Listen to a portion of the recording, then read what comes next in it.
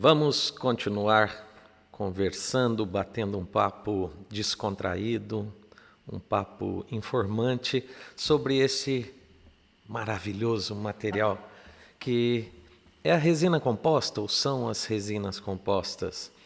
Interessante é que hoje pela manhã eu fui buscar meu filho no colégio.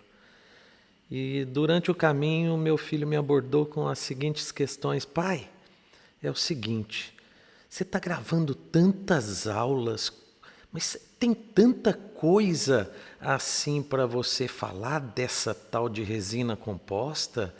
Resina composta não é simplesmente uma resininha que você vai lá e coloca no dente? E eu fiquei refletindo sobre aquilo. E essa abordagem que o meu filho fez sobre resininha é justamente a abordagem que, infelizmente, vários dentistas fazem esse tipo de colocação, inclusive perante os seus pacientes, o que leva o paciente a crer que uma restauração com resina não passa de uma simples resininha, o que pode levá-lo a pensar ainda que, bom, resininha é algo pequenininho, deve ser simplesinho também, deve ser facinho, deve ser rapidinho e principalmente deve ser baratinho. Então, meu caro amigo dentista, não aborde um tratamento tão sensível, tão fantástico e, eu diria, tão cheio de minúcias como resininha. É a desvalorização completa daquilo que nós podemos fazer na odontologia. Mas vamos lá, então. Vamos falar sobre resinas compostas e algumas características que as resinas, a despeito de serem um material fantástico, elas têm algumas coisas que eu diria inconveniências que são inertes ao material. Por exemplo, qual seria um dos principais problemas das resinas compostas? É o fato que toda e qualquer resina composta contrai. Imagina você preencher uma cavidade com uma quantidade de material que você imagina seja suficiente para preencher aquela cavidade naquela restauração, e aquele material vai diminuir de tamanho, vai diminuir de volume. Ou seja, isso não seria tanto problema se a nossa intenção final não fosse colar esse material. Ou seja, você cola a resina e ao colocar a luz para fotopolimerizar, esse material reduz de tamanho. Ao reduzir de tamanho, como ele está colado nas paredes dos dentes, isso vai gerar um estresse por contração de polimerização, isso inerente a todas as resinas compostas, umas mais e outras menos. O que pode acontecer, o que esse estresse ou essa tensão por contração de polimerização pode gerar? Simplesmente se essa força de tensão superar a força de adesão, vão se abrir fendas na interface dente-restauração, o que se torna extremamente insatisfatório, porque aquela restauração tende a infiltrar com todas as consequências de uma restauração infiltrada que ela pode levar. O que mais que isso pode gerar? Essa tensão por contração de polimerização, ela pode gerar também a tal da sensibilidade pós-operatória, desconforto para os nossos pacientes. Então são os limites, as características, e eu chamaria até mesmo de desvantagens de toda e qualquer resina composta. Quando isso abre fenda, quando essa força de contração vence a força de união, a força adesiva do material que vão se abrir fendas, existe uma situação que sempre Eu diria que em 100% das vezes a força de contração ela será maior e irá vencer no cabo de guerra a força de união, que são margens em dentina. Todas as vezes que tivermos margens em dentina, em função dos limites que nós temos até os dias de hoje da adesão, da força de união e também da estabilidade da força de união no tecido dentinário, irão se abrir fendas. Não necessariamente isso se constituirá em um problema do tipo infiltrações que possam levar a cáries, porque isso vai depender também de uma série de fatores, principalmente inerentes aos cuidados que os nossos pacientes vão ter. Mas são os limites.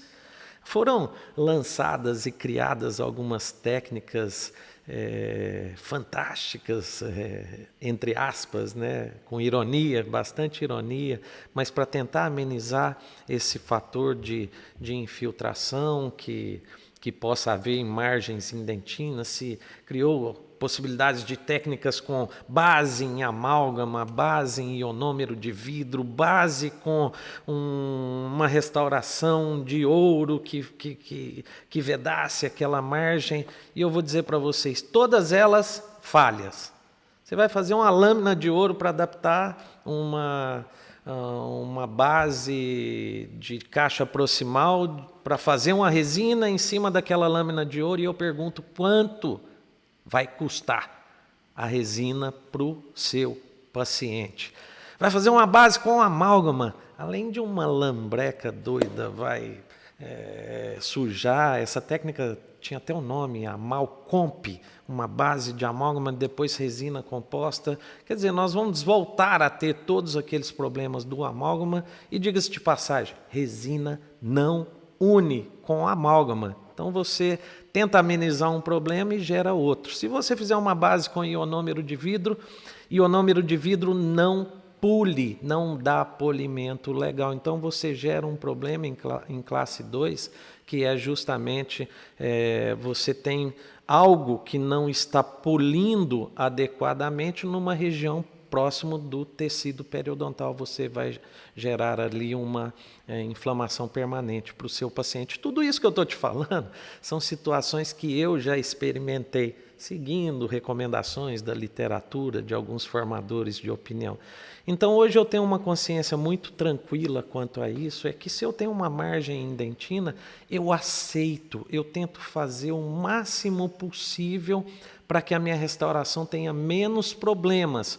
Porém, eu aceito os limites do material, e eu sei que nada que eu fizer vai ser igual àquilo que Deus e a natureza proporcionaram para os dentes naturais. O que eu faço é orientar os meus pacientes com relação aos seus cuidados com a higiene bucal, com seus hábitos e também manutenção periódica nos nossos consultórios. Então vamos lá. Classe 2 seria um problema.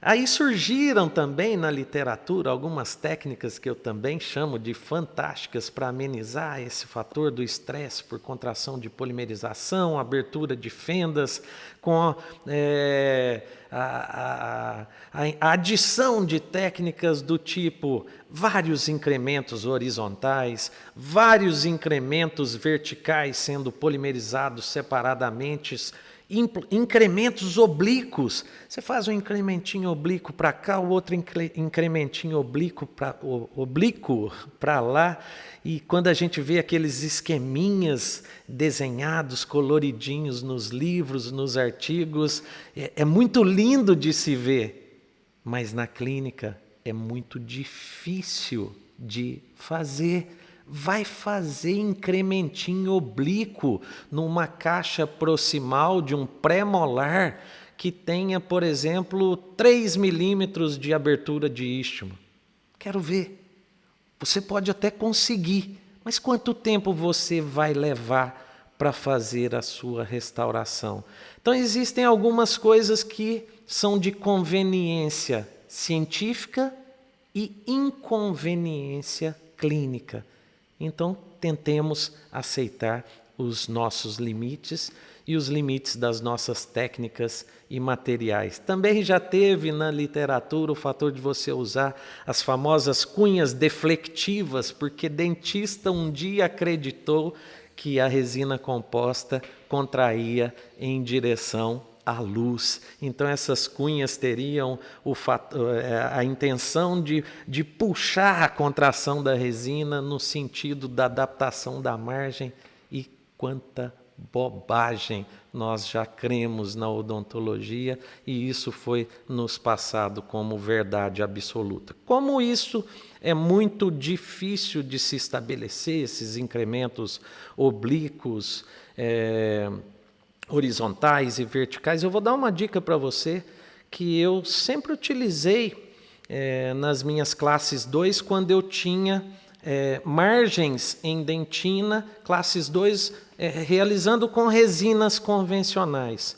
Olha o que eu fazia. Eu nunca vi isso na literatura. Isso é uma técnica que, não vou dizer que fui eu quem criei, mas é uma técnica uma ideia que eu tive um dia e resolvi realizar. Então veja lá, normalmente restaurações do tipo classe 2, o que nós fazemos é primeiramente transformá-la em uma classe 1 e depois nós restauramos normalmente como se fosse uma restauração do tipo classe 1. Então vejam bem o que eu fazia.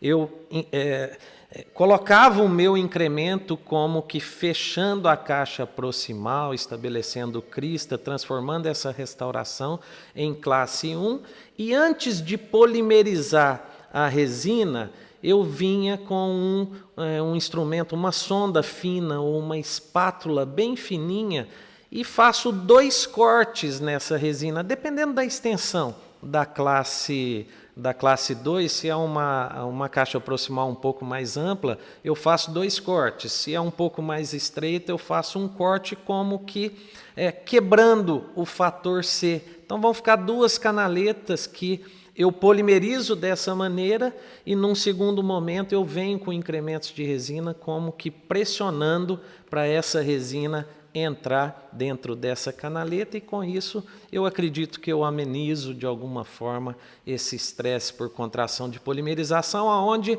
a parede perdedora, a parede que irá sofrer as consequências desse estresse, será sempre a parede cervical em dentina das classes 2. Eu acho que isso é uma dica que pode amenizar a sua situação de classe 2. Então, as resinas convencionais, as resinas compostas convencionais, elas contraem, podem gerar estresse por contração de polimerização, podem abrir fendas, e com isso nós temos que utilizar técnicas essas que não vão evitar o problema, simplesmente vão amenizar as consequências do estresse por contração de polimerização. E as técnicas utilizadas são a utilização de técnica incremental, incrementos de no máximo 2 milímetros, porque além de ser o que uma resina convencional nós conseguimos polimerizar adequadamente, é no máximo 2 milímetros que você consegue na resina convencional polimerizar da base até a superfície dessa resina. Mais do que isso, na base da resina ela fica subpolimerizada, com técnicas incrementais, respeitando o fator de configuração cavitária ou fator C, ou seja, fazendo com que cada incremento ele seja colado, aderido ao menor número de paredes possível, porque quanto menos paredes tiver aderido, nós teremos outras áreas da resina para sofrer um certo relaxamento. Então, utilizando essas técnicas de respeito ao fator C, nós amenizamos as consequências do estresse por contração de polimerização. Outra maneira seria as técnicas de fotoativação de maneira modular, ou seja, você prolongando a fase pré-gel no seu processo de polimerização, começando com baixas intensidades de potência do seu aparelho e aumentando isso gradativamente, nós damos um tempo para que as moléculas possam sofrer um relaxamento, uma adaptação durante o processo de polimerização das resinas. Então são muitos fatores que levam as nossas técnicas a serem extremamente sensíveis, principalmente nas restaurações em dentes posteriores. E hoje nós temos o advento de uma categoria de resinas que visam amenizar tanta sensibilidade técnica para as restaurações no setor posterior. São as chamadas resinas do tipo book fill. Basicamente, são duas características que distinguem esse material das chamadas resinas convencionais. É que esses materiais nos possibilitam um trabalho você pode trabalhar com incrementos maiores de 4 ou até 5 milímetros de espessura, sem que isso te prejudique no conteúdo de fotopolimerização, de polimerização que a massa de resina irá sofrer. Então, essas resinas, para possibilitarem nós trabalharmos em incrementos mais espessos de 4 a 5 milímetros, foi agregado na sua composição uma quantidade maior e de variados elementos fotoiniciadores, o que torna essa resina mais sensível à luz. Além disso, os fabricantes agregaram tecnologia para que essa resina contraísse menos do que as resinas convencionais. Porque numa massa de resina convencional, quanto maior a massa, maior a contração de polimerização. Então, de nada adiantaria nós conseguirmos trabalhar e fotopolimerizar incrementos maiores se não houvesse também um controle com relação ao fator contração de polimerização. Então, essas resinas tendem a contrair menos. Nós temos nessa categoria de resinas do tipo book fill também dois grupos. As resinas que são na consistência de massa, ou consistência regular, ou consistência pasta, como queiram chamar isso, que são aquelas resinas que vêm em cápsulas ou em tubos, que nós costumamos trabalhar também com as resinas convencionais. E temos a categoria dessas resinas com uma alta fluidez, onde nós temos aquelas resinas com maior poder de escoamento, as chamadas resinas do tipo flow. Então são as duas categorias de resina do tipo book fill.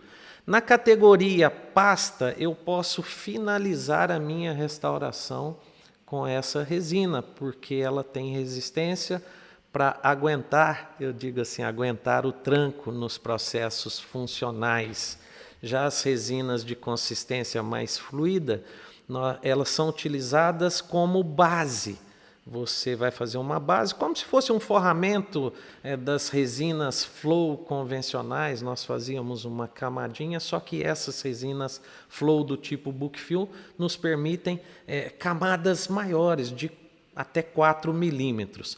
Qual a dica? A dica é que quando você fizer uma resina, uma base com resina book fill flow, fluida, ela deve ficar até aproximadamente 1 milímetro aquém da margem da restauração, sendo essa margem, a parte superficial da restauração, recoberta ou com uma resina book fill em massa ou com uma resina convencional, porque essas resinas, você pode combiná-las com resinas convencionais também. Então isso agrega para a gente um pouco menos de sensibilidade à técnica e um pouco mais de praticidade, eu diria, principalmente naquelas grandes cavidades em que nós possamos realizar restaurações do tipo direta. Porque se eu consigo trabalhar com incrementos maiores, eu posso ganhar tempo, não tem que fazer pequenos incrementinhos, e eu posso dar uma pré-enchida dessa cavidade, ou com uma resina em massa, ou com uma resina flow, então isso facilita, com menos risco das consequências do estresse por contração de polimerização. Eu digo que é uma realidade hoje, e essa categoria de resinas veio literalmente para ficar na odontologia.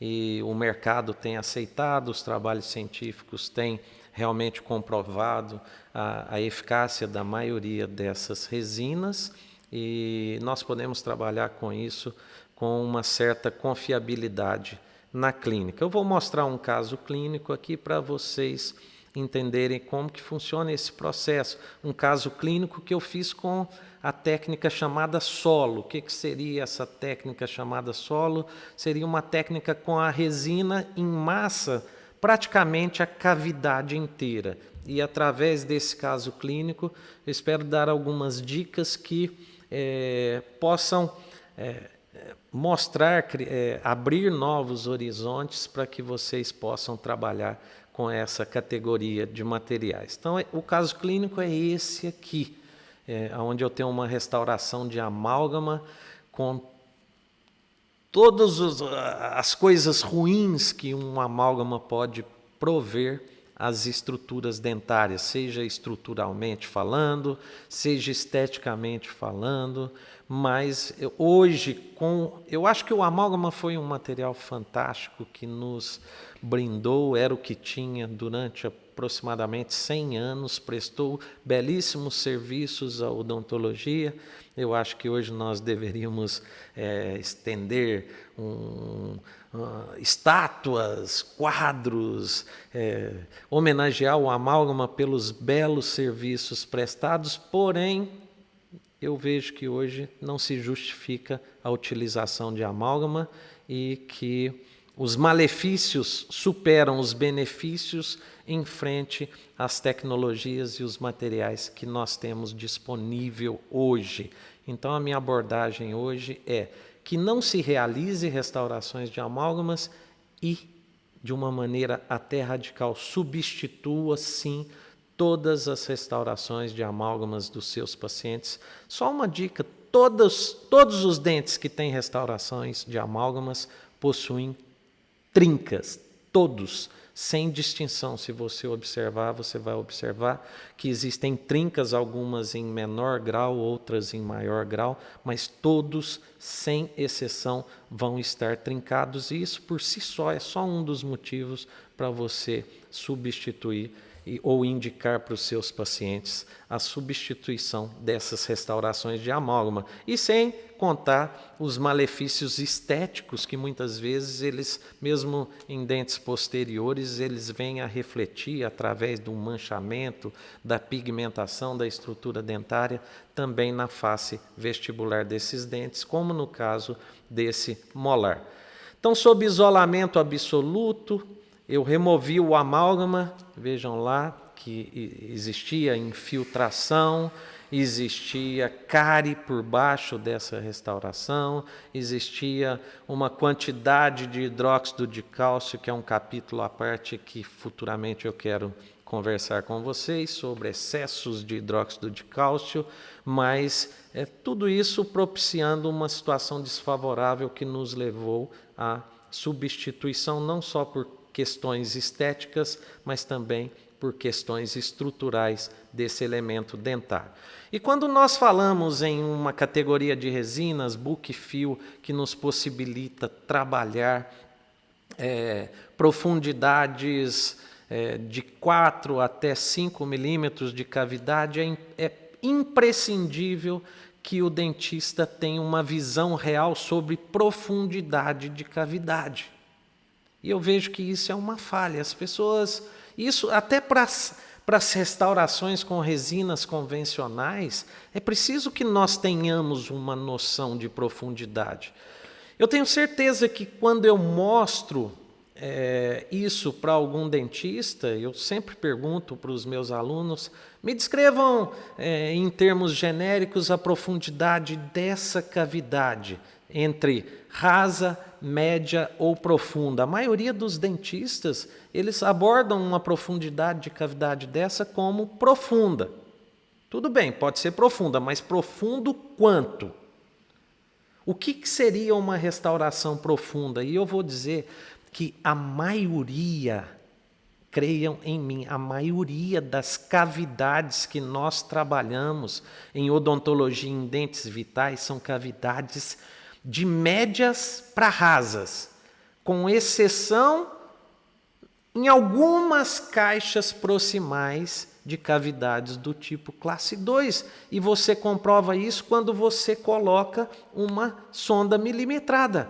Olha, eu coloquei a sonda milimetrada na parte que é tida como mais profunda da cavidade e observem que a profundidade real que eu tenho nessa caixa proximal é de aproximadamente 3,5 milímetros, o que se constitui uma cavidade sob o ponto de vista de espessura com relação à espessura dos meus incrementos, numa cavidade relativamente rasa.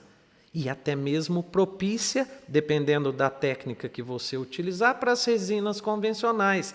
E lembremos que os nossos incrementos, no sentido do centro da cavidade, em sentido ao sulco principal, os incrementos vêm de maneira descendente, inclinada.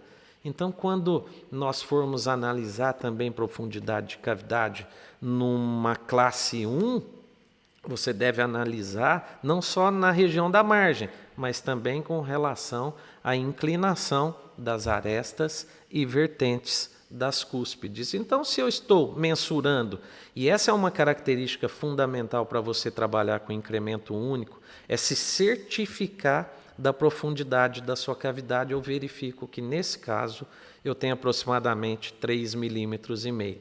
Após a remoção de tecido cariado, após a limpeza da cavidade, essa é a situação onde eu julguei que eu tinha uma área aqui com a possibilidade de proximidade da polpa dentária.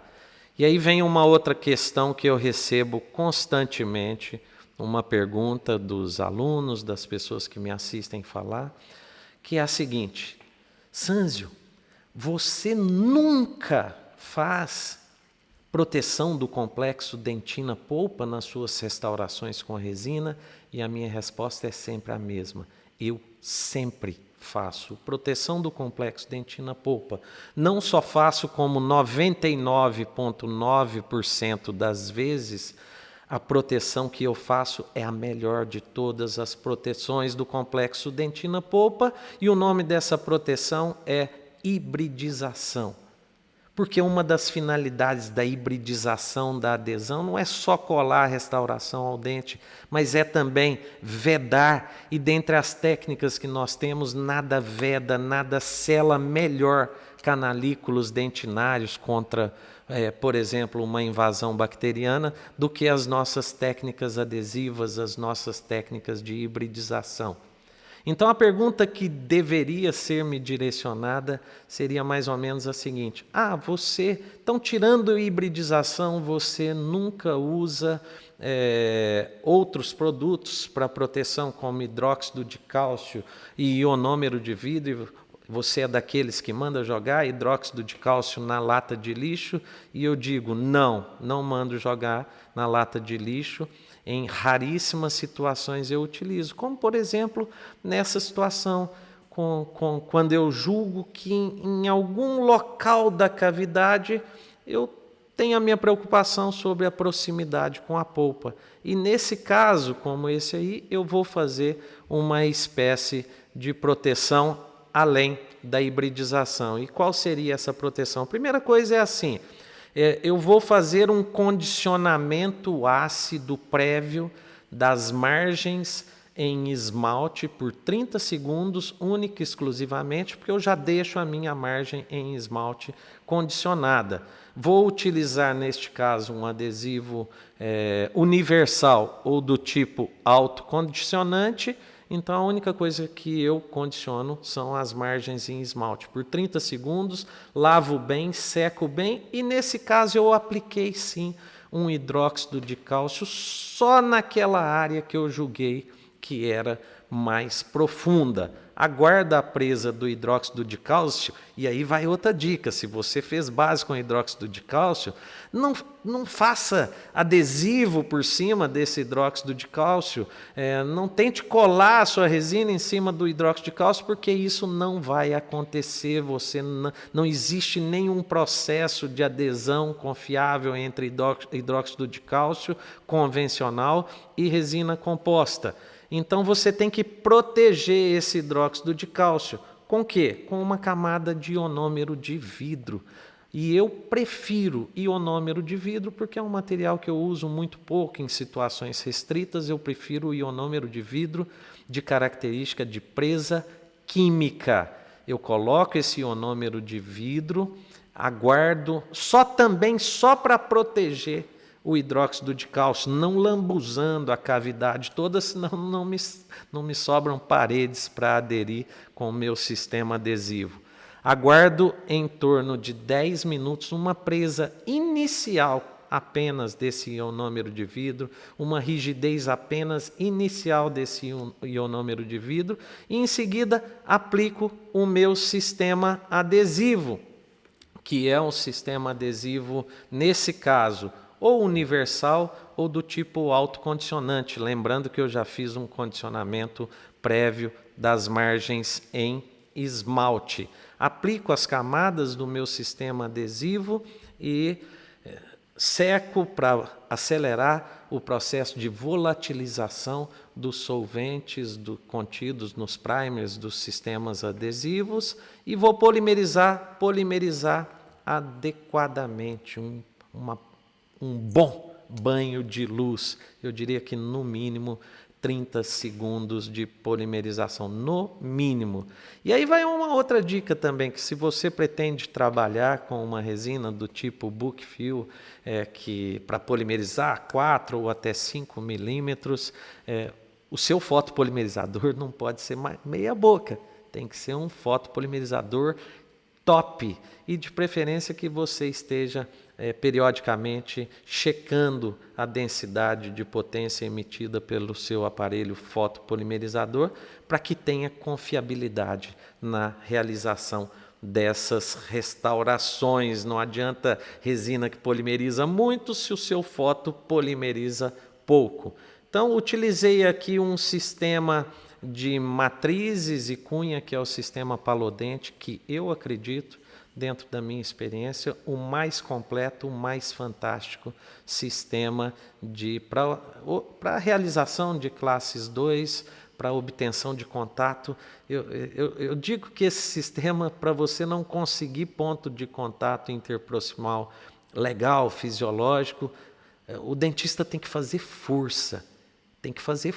Porque é muito legal se você seguir corretamente como utilizar o sistema Palodente da Dentsply. Ele é fantástico para a obtenção de contatos interproximais. Então vamos lá, o primeiro incremento, que na verdade se constitui no primeiro e último incremento, porque é uma restauração de incremento único com resina do tipo book fill em massa.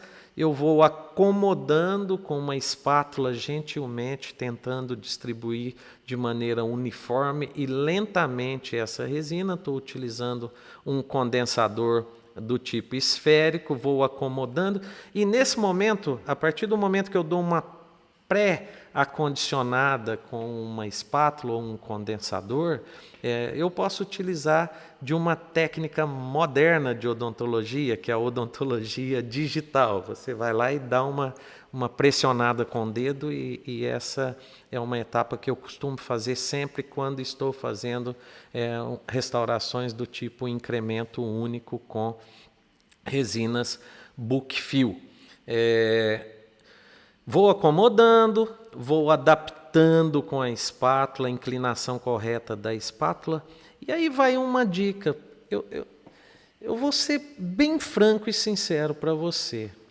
Do ponto de vista de escultura, nem sempre você fazer uma restauração em incremento único acaba sendo tão rápido assim.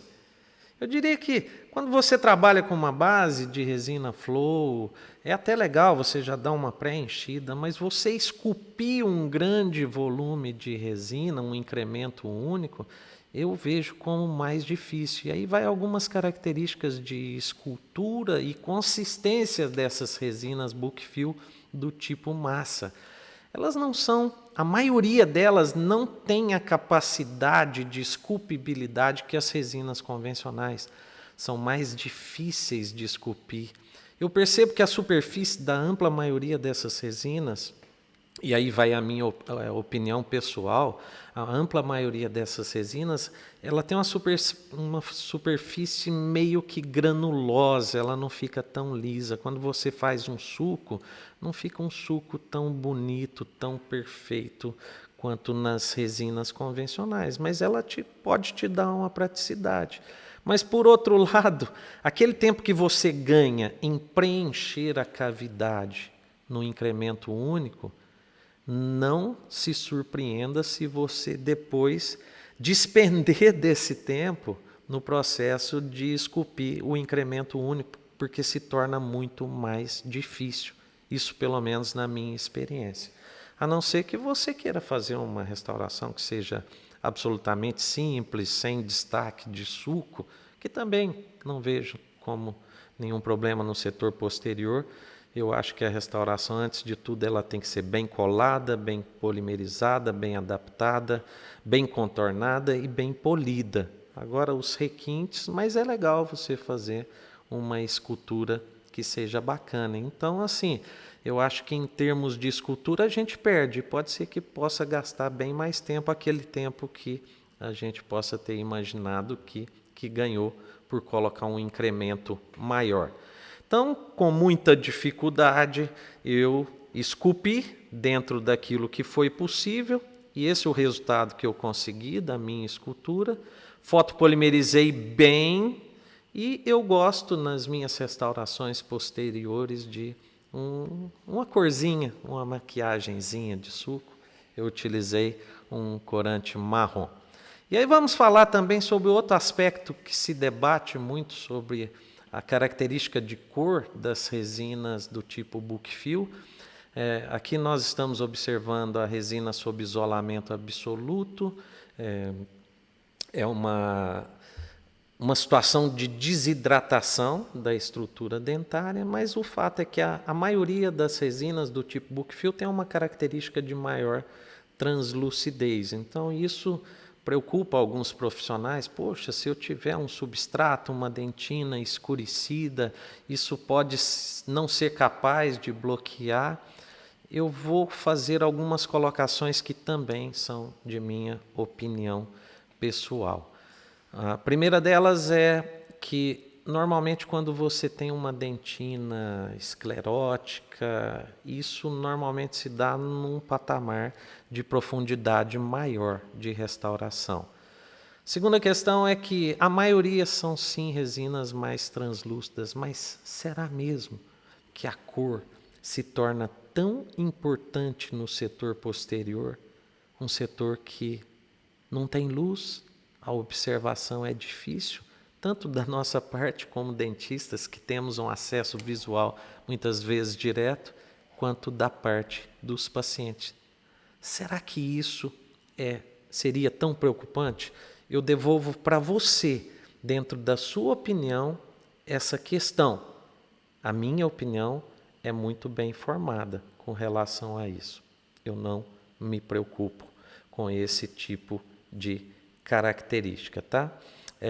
Mesmo em situações com o substrato escuro no setor posterior, eu não agrego etapas adicionais para poder amenizar esse escurecimento. Então tá aí a restauração finalizada sob isolamento absoluto ainda. Fizemos todos os passos de polimento. Obviamente que eu não faço acabamento e polimento sob isolamento absoluto. Muitas vezes isso é só para fazer uma fotografia bonitinha, para dar aula. Nós temos que tirar o isolamento, ajustar, fazer um ajuste oclusal para depois polir essas restaurações. E a dica: Aquelas resinas que nós temos atualmente no mercado, que não tem tanto essa translucidez, que não vão ficar, ou que se aproximam mais de uma característica estética para as restaurações posteriores, se essa é uma preocupação que você tem, tem duas, dentro da minha experiência, que a coloração é mais favorável. Uma delas é a Book One, da 3M, e a outra é a Sonic Fill, da Care. Então vamos ver o resultado final. Está aí o resultado final da resina concluída em técnica de incremento único, numa vista oclusal, numa vista inclinada e sob outra vista inclinada, onde nós percebemos que após a hidratação da estrutura dentária e da nossa restauração, o aspecto estético, acredito eu, tenha ficado bem favorável. Então é isso que eu tinha, as dicas clínicas sobre resinas do tipo Book Fill. E se você gostou, tem a área de comentários aqui, comente, critique, mas participa comigo para eu ver se eu estou indo no caminho certo, se esse projeto está sendo benéfico, está valendo todo o meu esforço e se ele está atingindo a sua expectativa. E se você também gostou, compartilhe também para que mais amigos seus, dentistas, acadêmicos, possam participar dessas aulas e possa se beneficiar disso. Um grande beijo, fique com Deus e até uma próxima aula.